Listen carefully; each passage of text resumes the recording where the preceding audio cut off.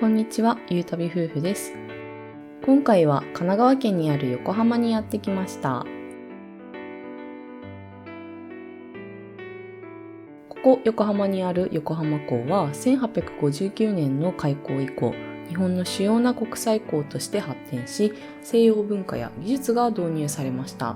現在も中華街や赤レンガ倉庫などが残り、国際的な雰囲気漂う都市となっています。今回はそんな横浜を1日で楽しむ観光プランを紹介していきます。それでは動画スタート。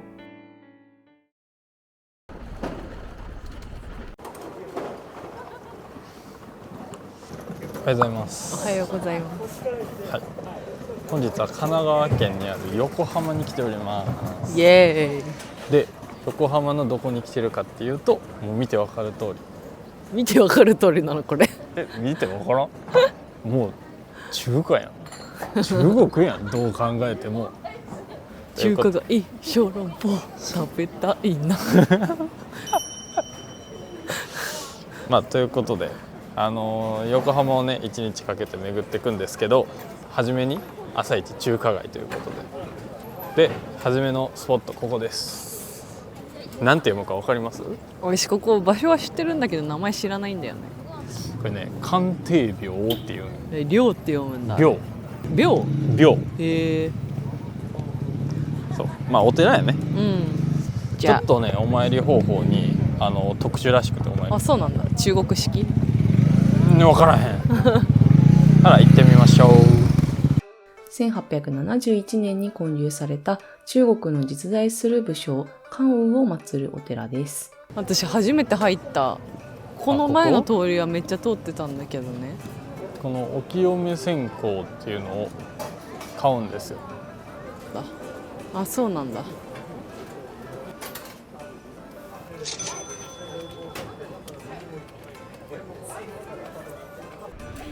何？なんか参礼して早すぎて分かんなかったな。解説されたけど参礼して順番があんねん。購入したお線香を1から5の番号のついた香炉に順番にお参りしていきます。全部で5人の神様が祀られていて、それぞれの香炉ごとにご利益が異なります。装飾がすごい。すごいな。なんかやっぱ神社とかとは違うよね。まず1番刺して参礼して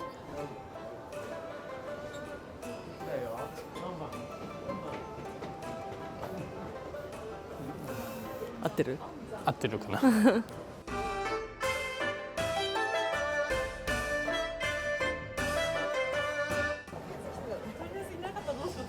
はい、関帝廟でお参りを終えまして、今からね昼ご飯を食べに行くんですけど、中華街といえば食べ歩きやんか、うん、でもね今回は食べ歩きはしません。はい、コースで予約してるので。いいやつ。そう、ちょっとね贅沢しちゃう。そう、ちょっと食べ歩きでその後にねスイーツなんかデザートは食べ歩きで食べてもいいかなと思うけど、今からはあえてコースで食べ歩きはまた別の動画でまとめて出そうと思うので、ぜひそちらをご覧ください。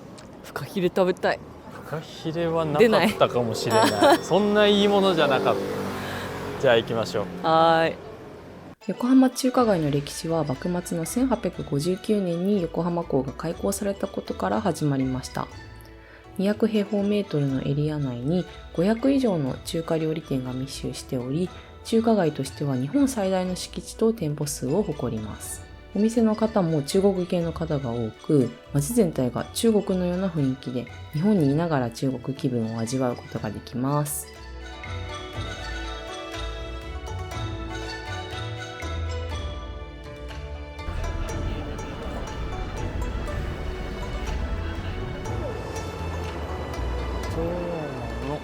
ということで本日のお昼ご飯はこちらの北京飯店で食べようと思います。中華街の中で最も海に近い朝陽門という東門のすぐ近くにあるお店です。1955年創業で日本に北京ダックを広めたと言われています。2021年には食べログの100名店に選ばれたことがある名店です。ランチ限定の彩りコースを予約しました。食前酒と何だっけ、なんとかウーロン。それ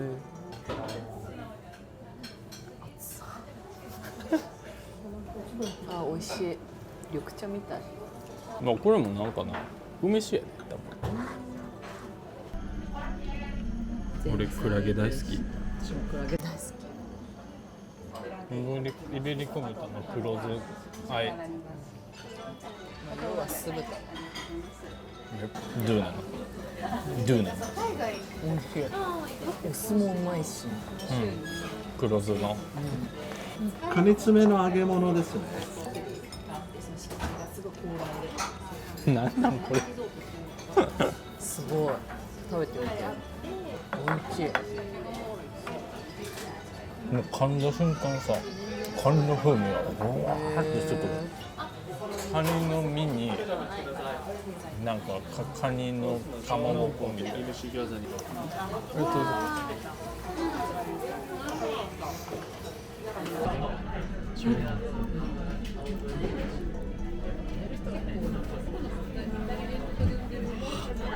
姜のっけて。いただきます。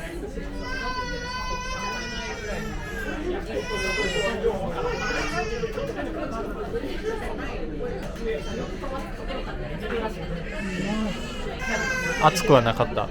程よく冷めた。ああ。エビシューマイも美味しそうやね。はい。おかげです。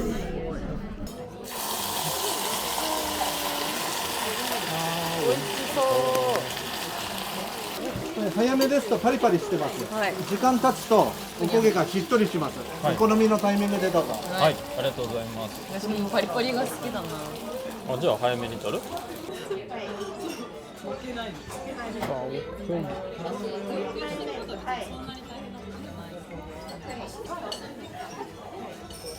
わ、すごい。デザートも杏仁豆腐とごま団子や。ね、中華のトップオブトップデザートがなんと両方食べれちゃう。おー、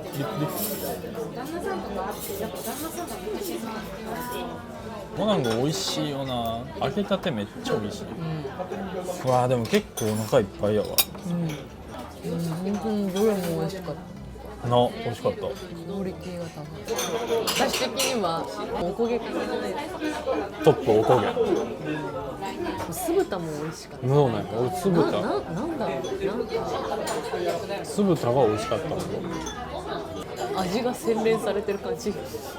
どの口が言うねん。わかる。酢豚美味しかった。美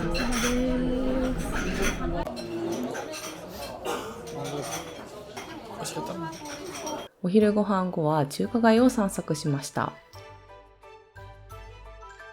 12時を過ぎるとかなり多くの人で混雑し始めます。うわ、やすばっ。ごい。人多っ。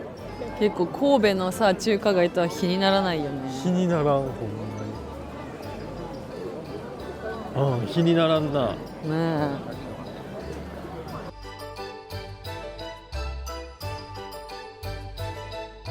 じゃあ。いかがでしょうか。すごいシャル先生はよく当たりますよ。どうぞ。はい、こちらどうぞ。ありがとうございます。荷物は運ん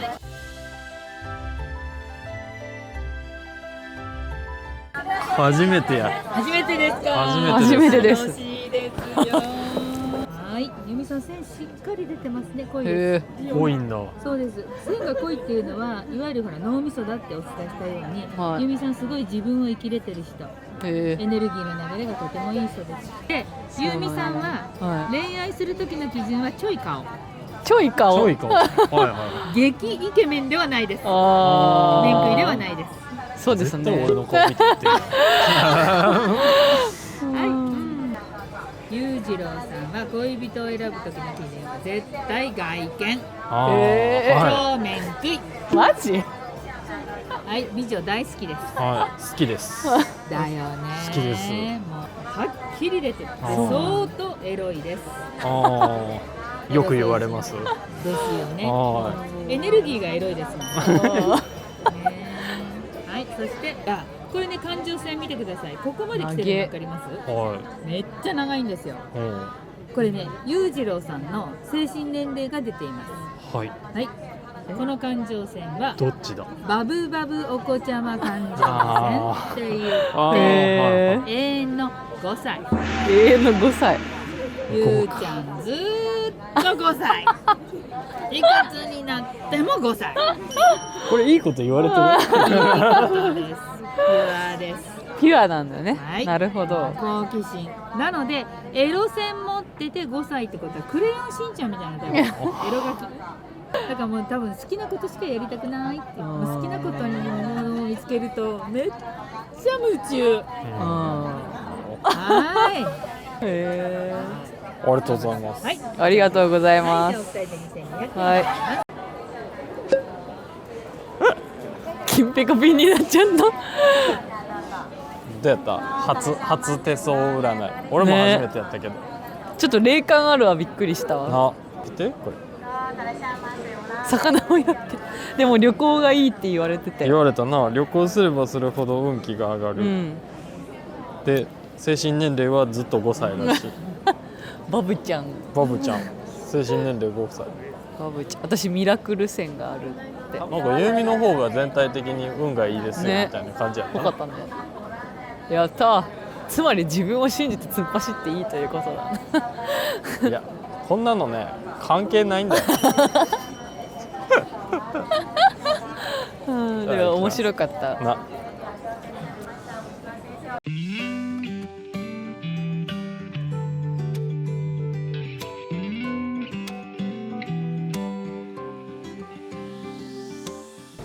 じゃあ山下公園でございますね。うん、山下公園って何か知ってる？知らない。山下公園は山下公園。山下公園は山下公園か。そう、山下公園ってね、1923年に発生した関東大震災うん、の復興の事業の一環として日本で最初に開設された臨海都市公園らしい。あ、海辺の公園。そうそうそうそうそうそう。へえ。でね、結構バラとかがね、あ、そうなんか時期によってははすごい咲いてうん綺麗になるらしいよ。花フェスティバルみたいな。そうそうそうそうそう。よく開催されてる。あいつが水のモニュメント、水の守護神。水が勢いがすごすぎて何も見えないああ、見える見える見える見える。おお水壺を持ってる。この山下公園にはなんかこういうね、ちょっと海外のなんかモニュメントとかうんが結構多くあって、うんその横浜がこういろんな国と交流してきたっていうのがこうんう見えるというか、うんうんうんそうだよね。ペリーもそうだよね。そうそうそうそう。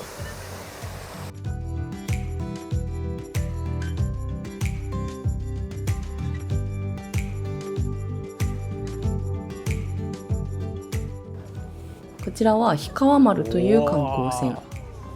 かつては実際に使用されていた高速貨客船です。氷川丸重要文化財ですね。あっこが横浜マリンタワー。横浜マリンタワ高さが106メーターらしくて、一番上、ー。上よりのちょっと下の2段のところ、うん。あっこが展望台になってるみたいよ。まあ登りません今日は。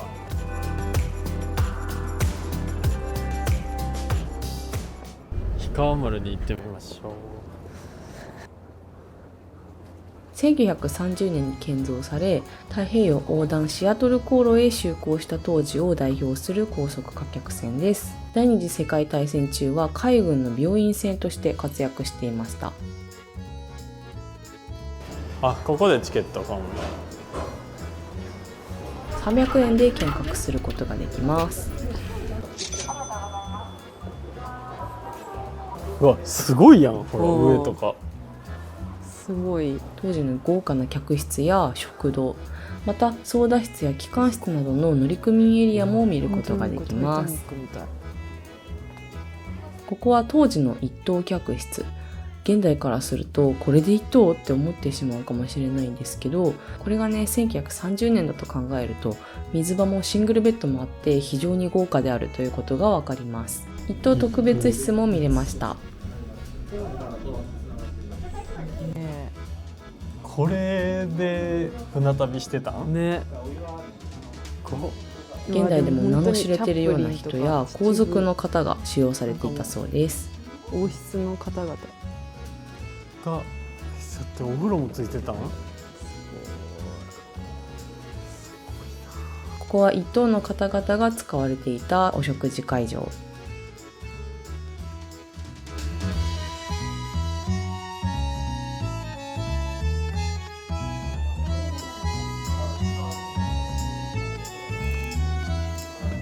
竣工当時、横浜からシアトルまでの片道運賃は1等で500円だったそうで、当時はね1000円あれば家が建つ時代ということで、本当にお金持ちの方だけが楽しむことのできる船旅でした。めっちゃ面白いやんね。こういうのやってたんや。パン食い競争めっちゃおもろいな。セレブがパンセレ食い競ブがパン争してる。食い競争してるのめっちゃおもろいわ。恒例のすき焼きパーティ船の心臓部、エンジンを見ることができました。円運動をピストン運動に変えるー。機構やね。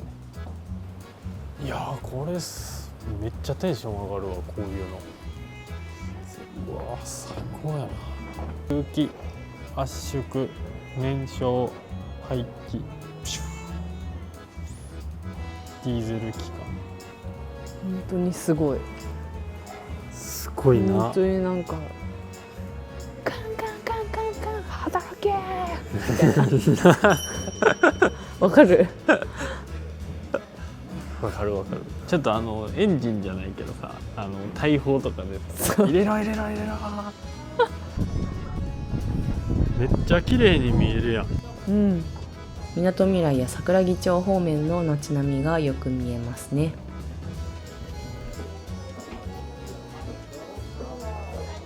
何これ。当時運航の際に使用されていた機械などが展示されています。うわ、ここでさこの風景を見ながらさ操縦してたってことね。弓立ちや。全然前見えないけどこれびっくりするぐらい見えないけど。すごいな、うん、これをこうやって回して行き先決めててんで、うん、モールス信号。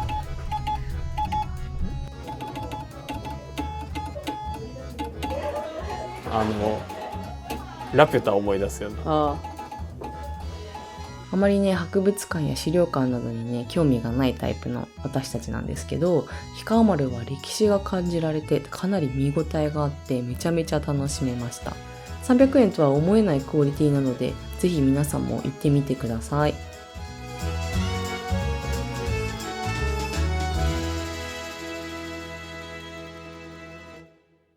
海沿いを歩いて次のスポットを目指します。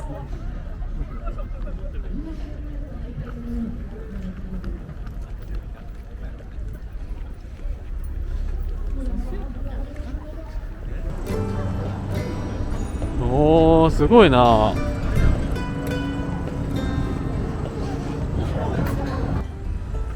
ゾウの花パーク。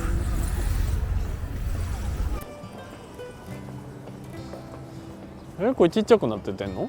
ちっちゃくなってってるよ。あ、ほんまや、ちっちゃくなってってる。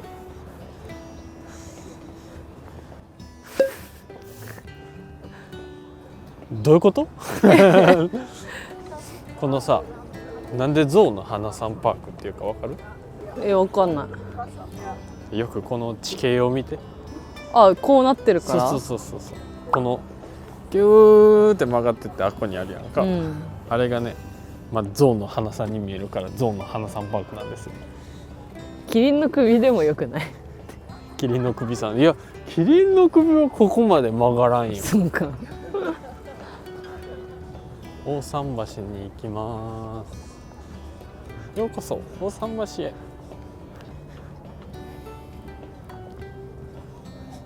すごい。世界の人々を迎える横浜港の玄関口で大型外国客船が寄港します。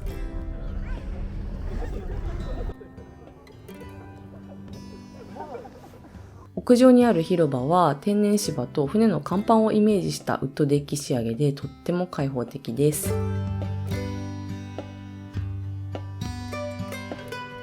大桟橋から横浜の夜景を見るのもおすすめです。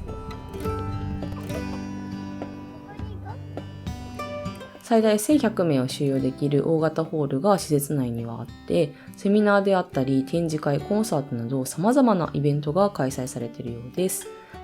この日もね、何やらイベントが開催されてました。カフェやショップもあり、広々とした海を眺めながら休憩やお買い物をすることもできます。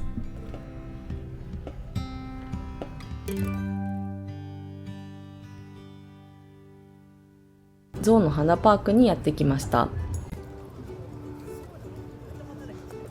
公園内にある象の花テラスという休憩所で少し休憩しようと思います。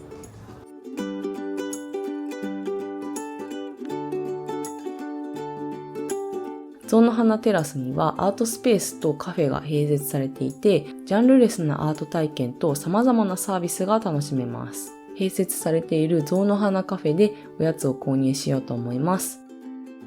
このカフェはテイクアウト式のカフェでバリエーション豊かな紅茶メニューのほか、横浜産の食材や地ビールなど地域に根ざした食材を使ったオリジナルフードをいただくことができます。ベルガモットオレンジベルガモットティー、すごいオレンジの匂い。あ、めちゃめちゃオレンジの風味が、というかもうオレンジだねこれは。美味しい。あら、美味しそうなアップルパイちゃん。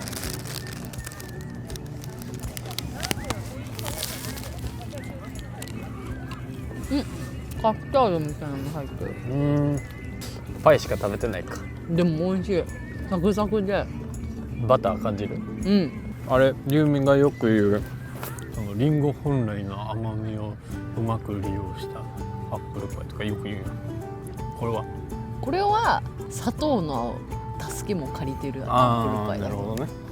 ちゃんとスイーツになってる。そう、ちゃんとスイーツ。それはそれで全然美味しいから私は好きで。でも結構本当にゴロゴロ実も入っててさ。実はゴロゴロ入ってるな。そしてカスタード入ってんのいいな。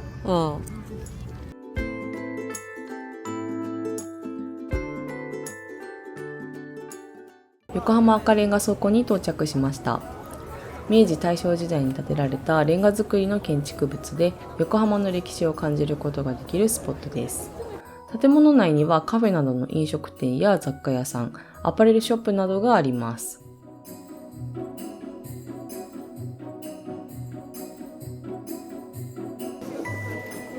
いいや。横浜限定やって。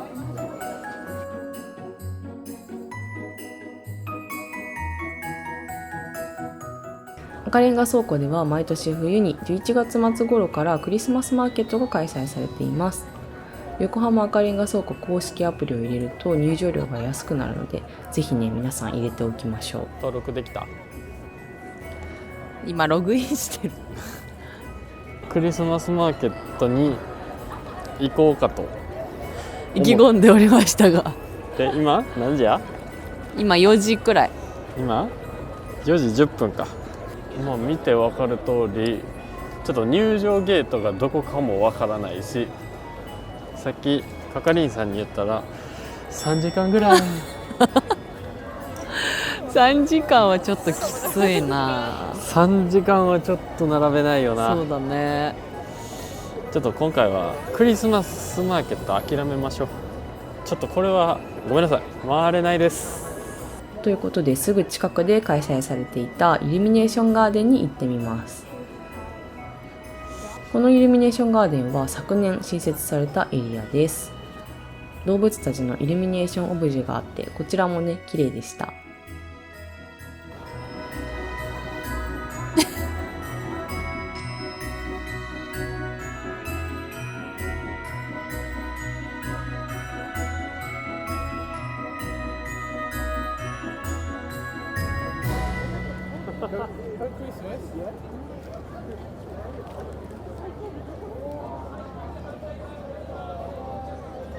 ということで、みなとみらい方面へ向かいます。いちいちかっこいいみなとみらい。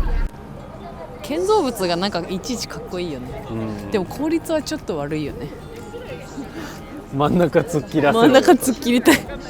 暗くなるとみなとみらい周辺は幻想的な雰囲気に変わります。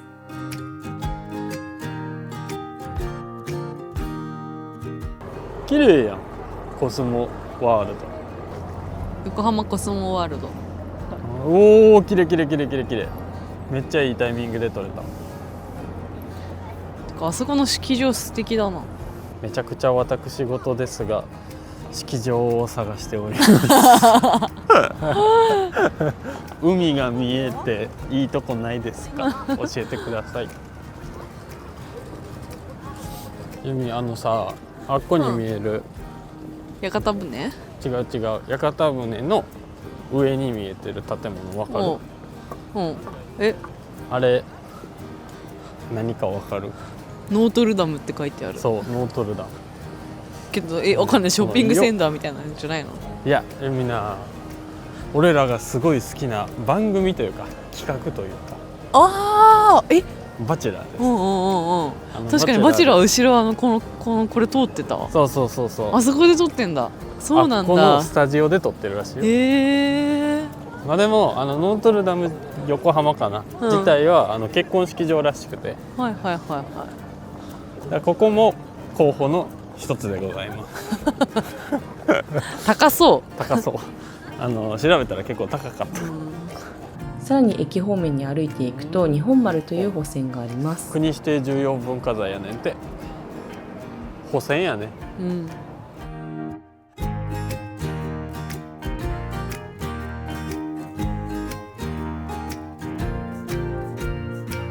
70階建て、高さ 296.33 メートルの超高層ビル。5階までが商業施設で、それより上の階にはオフィスやホテルが入っています。今回はランドマークタワー69階にある展望フロア、スカイガーデンに行って横浜の夜景を堪能していきます。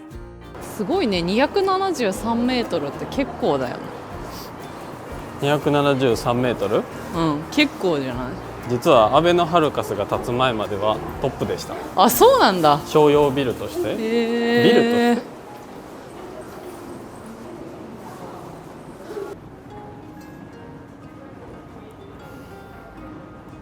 入場料金は大人1000円です。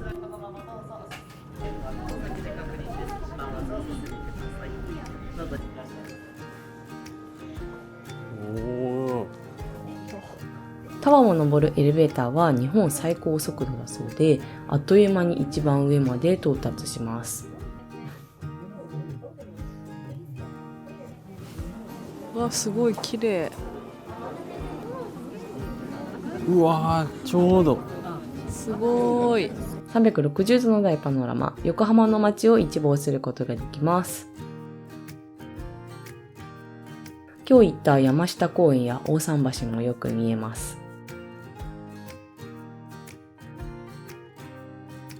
天気のいいお昼には富士山も見ることができるそうです。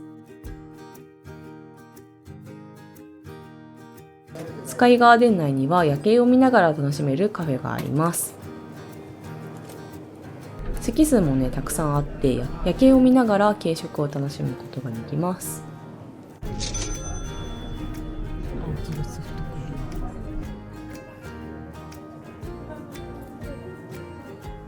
クリーム強めですね。あー、すごいな。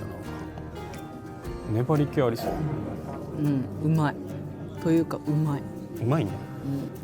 美味しい。うん、美味しいよ。俺めっちゃ好きやねんけど、この味。ちょっとマジ止まらん。ちょっともんないよ。僕があったかいがゆえにさ、バクおバク腹減ってるのもあるけそうど、割とここでマジでずっと過ごせる。うん。人生について考えれるよ。ここで？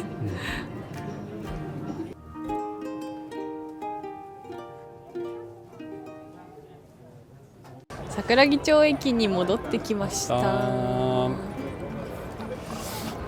と中華街からねみなとみらいの方向かって歩いて最後ランドマークタワーということで、途中ちょっと横浜、クリスマスマーケット、赤レンガのクリスマスマーケットリベンジをしたいとも思わないぐらい並んでたな東京に住んでる人は旅行ではないけれど、そうやな、それこそね地方の方とか横浜に遊びに来るってなった場合に、参考にしてもらえるプランになったかなわかんないけど。ということで横浜旅行プラン以上です。バイバーイ。帰りましょう。この動画が参考になったという方はぜひ高評価とチャンネル登録もお願いします。最後までご視聴ありがとうございました。